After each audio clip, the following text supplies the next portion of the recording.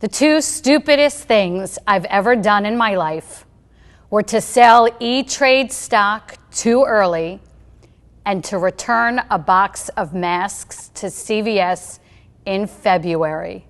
Yes, I returned a box of 50 masks that cost $6.99 in February.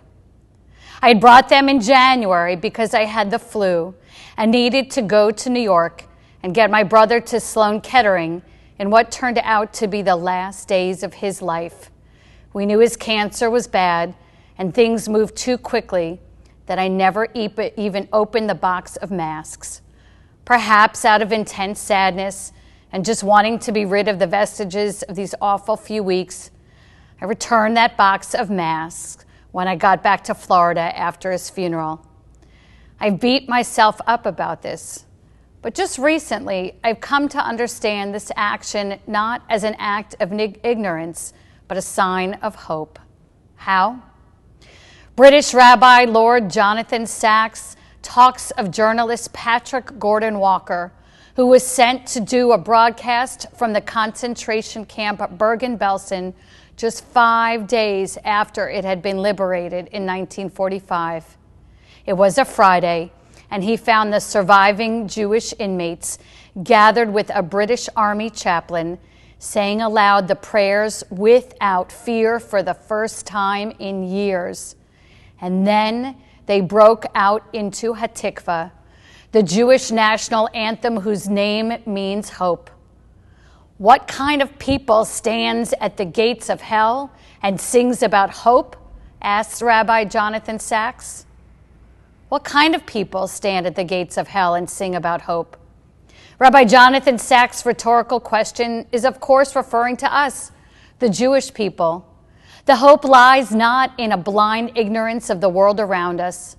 Hope lies in the knowledge that even in the face of the greatest evil or the most difficult challenge, there is some small thread of hope, literally, and the thread is the color red. In the book of Joshua, a pair of Joshua's spies are assisted by a prostitute from Jericho. Her name is Rachav, and she protects the spies by hiding them from enemies. For her kindness in protecting them, the spies tell her to let a red thread hang out of her window when the city is attacked. She is instructed to bring all her family to her home, and as long as that red thread is there, she and her family will be protected. As the walls of her city of Jericho come tumbling down, that displayed red string will give protection to her family.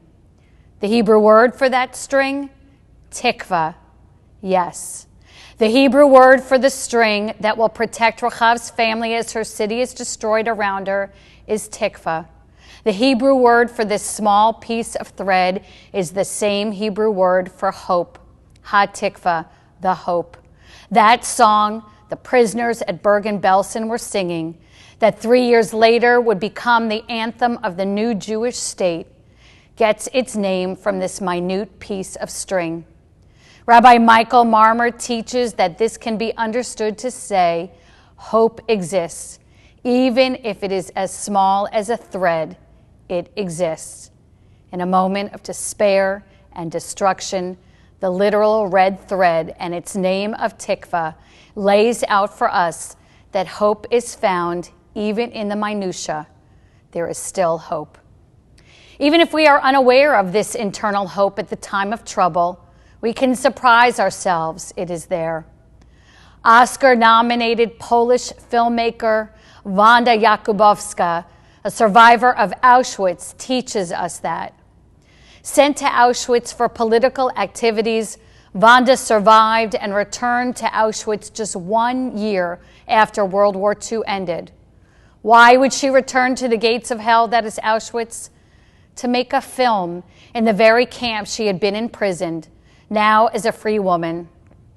Her film, The Last Stage, made so quickly after World War II, was the story of female inmates in Auschwitz. Local citizens, German POWs, and the camp's former inmates made up much of the cast and crew. This pioneering film that paved the way for subsequent films about the Shoah was born from a hope Jakubowska was completely oblivious to at the time. It was only in filming a scene where the gates of Auschwitz opened that she had a moment of epiphany. This grinding sound needs to be recorded separately, I remember saying loudly to my friend during the filming at the gates of Auschwitz, closing behind our transport. I said it without thinking, and at the same time I realized that I made a decision to make a film about Auschwitz at the very moment of arriving there. Without even aware at the time of her imprisonment, deep down inside of her, there was a small shred of hope, one that she may not have even been conscious of at the time, that she saw herself returning to filmmaking and making a film at the gates of hell, Auschwitz, with her fellow prisoners, and not from a position of weakness, but a place of strength.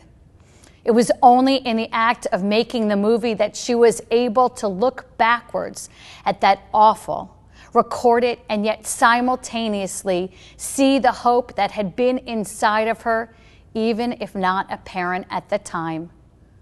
Only in filming those gates closing, a sound that she had heard many times as a prisoner, did she realize that hope lay inside of the unconscious decision to make a film as soon as she was released, even with no guarantee she would be released. To stand at the gates of hell and sing about hope articulates the complicated perspective that Judaism has asked us to have since our ancient slavery in Egypt. What is that? In our freedom, in our best times, to relive the worst moments, the gates of hell Jewish history has known. We do it on Passover as we recline in freedom, remembering a Pharaoh who enslaved us and sought to kill our sons. We do it on Purim. The giddiness of the holiday betrays Haman's near destruction of our people. We do it on Yom HaShoah, Holocaust Remembrance Day, so awful and so close and far too painful to forget. We do it each Shabbat when we sing of the Red Sea parting and our escape from Egypt's thundering army to freedom.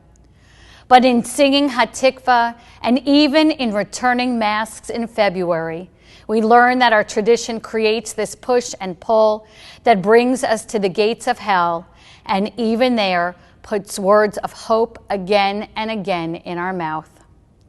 Furthermore, this perspective that is the bedrock of our faith is not experienced alone in solitude. Rabbi Joseph Soloveitchik says the obligation to love one another stems from the consciousness of this people of fate, this lonely people that inquires into the meaning of its own uniqueness. It is this obligation of love that stands at the very heart of the covenant made in Egypt. If boiling water is poured upon the head of a Jew in Morocco, the fashionably attired Jew in Paris or London has to scream at the top of his voice, and through feeling the pain, he will remain faithful to his people. We can't ignore that figurative Jew in Morocco. If he stands at the gates of hell, we are there with him. We are not single-mindedly concerned with maintaining our hope in solitude. With collective history comes collective hope. The high holy days make sure we see that. Twice in 2 weeks, we read the Torah portion, Nitzavim, near the end of Deuteronomy that declares, "Behold, I have placed before you this day life and good, death and evil." We are told in the same breath that it is life that God wants us to choose. And in choosing life, we are showing our love for God, not by carrying out this mitzvah or that mitzvah. Moses leaves the realm of the particular commandments and instead asks the children of Israel, inspires them to go beyond their heads into their hearts where their key destiny lies. And how do we do that? By returning to God and directing our hearts towards God, even when evil seems close Temptation lies nearby, and the gates of hell are within earshot. I am a returner, not just of masks in February, but part of a people that returns again and again. We are returners. As much as the forces of history or this awful virus or tragedy or losses or just the pressures of day-to-day life pull at us, we are returners. We utter words of praise for God in the Kaddish prayer when curses would so much more easily come. We sing Hatikva at the gates of Bergen-Belsen. When the world sucks us into the hopeless, Judaism says find the most minuscule spark of hope and return to God in love and do it together. Our returning is not an act of despair, but an act of hope epitomized in teshuvah, the word of return that punctuates the sentiment of the new year. Every new year, like the filmmaker Wanda Jakubowska, like the optimist I was in February that the world had to get better, like the prisoners in Bergen-Belsen, like us now, we are asked to return to life and living, to have the smallest thread of hope that we will know a better future. For some, this pandemic has been their own personal gates of hell.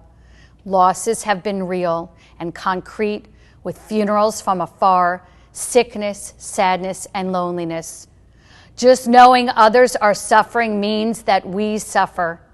Henry Nouwen in The Wounded Healer asks, who can take away suffering without entering it?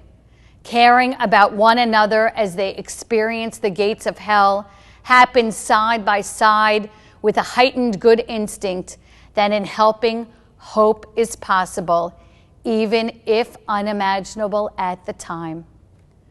So I came to understand, in returning those masks in February, some tiny speck of hope lay inside of me, the grieving sister, that I did not imagine a worse world than the one I had been in, but a better one.